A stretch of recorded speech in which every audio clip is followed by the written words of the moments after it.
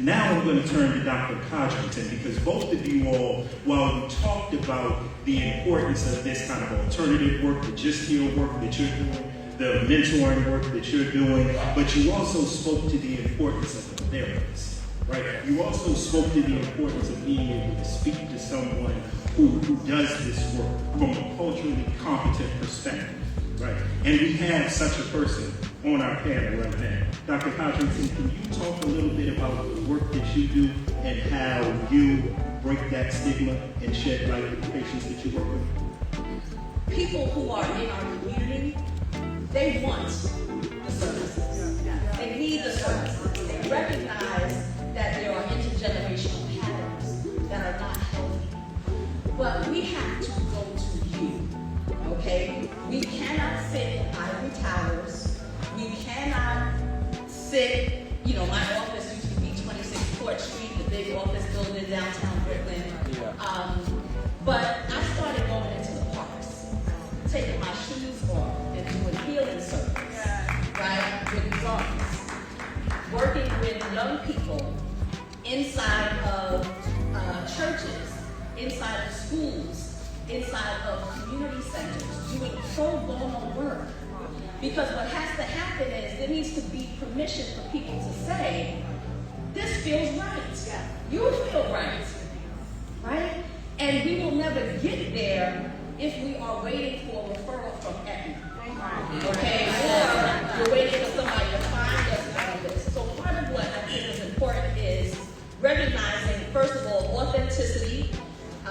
This was hard for me when I first came into the profession. It was about unlearning some of the white Western patriarchal models of healing and recognizing that people of African descent, we use rhythm, we use song, we use spoken word, we use spirit, we use ancestral veneration, we use libation, we use dance, we use all of these things as part of the healing process.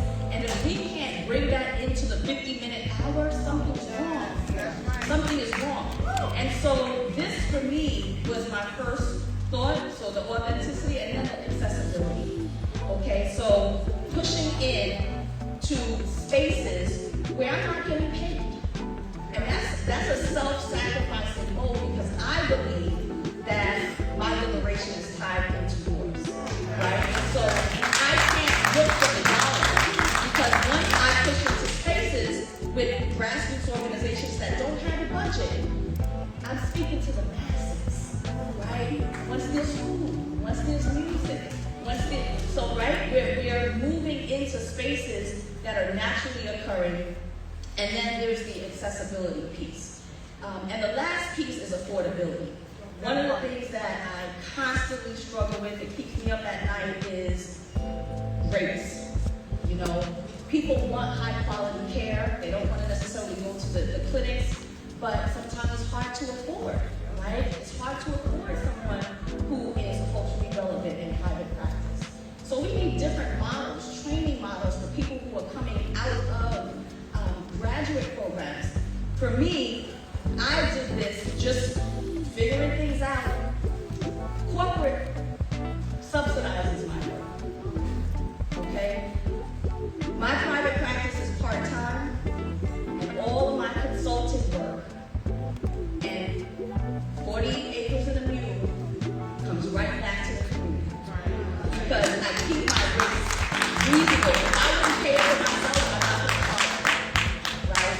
And so part of what I think is that we have to have these integrated ways of recognizing that we have to show up authentically, we have to have accessibility, and we have to have affordable care.